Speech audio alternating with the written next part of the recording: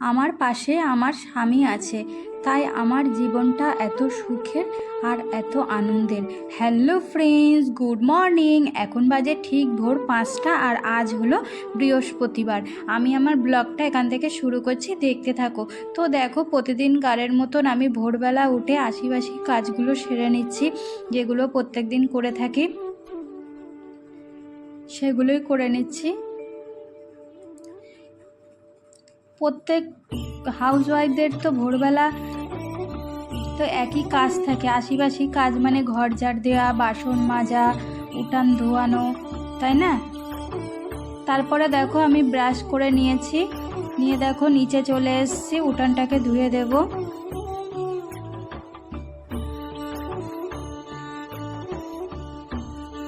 তারপরে দেখো আমার উঠোন ধোয়ানো হয়ে গেছে, এবার আমার স্নানও কমপ্লিট হয়ে গেছে।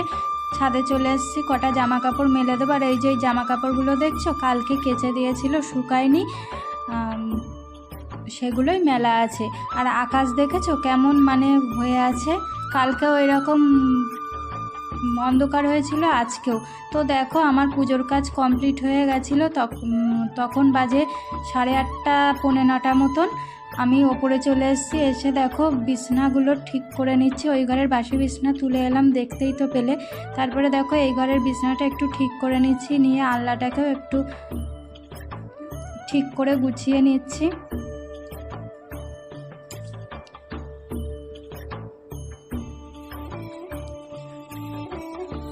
তো দেখো আলনা আমার গোছানো কমপ্লিট হয়ে গেছে। আর আজকে জানো তো, আমাদের বাড়িতে যে কাজ করে মিঠু, ওর ছেলেকে নিয়ে এসেছিলো, ছোট ছেলেকে নিয়ে। তো দেখো আমি রান্নাঘরে চলে এসেছি কাজ করতে, রান্না করতে।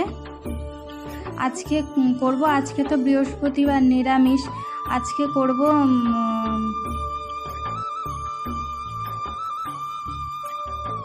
ডাঁটা আলু বড়ির তরকারি করব, আর একটু কুমড়ো ভাতে দেব, আর কিছু করব না।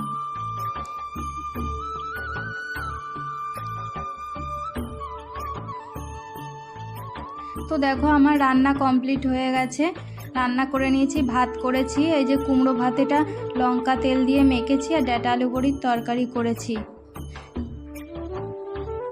তারপরে দেখো রান্না তো আমার কমপ্লিট হয়ে গেছে। তখন 11টা, 11:30 মতন বাজে। আমরা সকালের খাবার খেয়ে নিচ্ছি, তোমাদের দাদা আর আমি।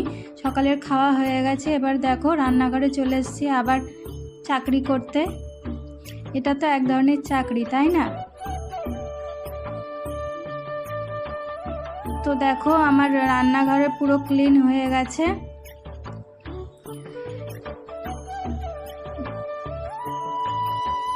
আর দেখো তোমাদের দাদা দেখো সকালের খাবার খেয়ে কাজে চলে যাচ্ছে। তোমার দাদারও রুটিন, ডেলি রুটিন বলতে পারো, কাজে যাওয়া।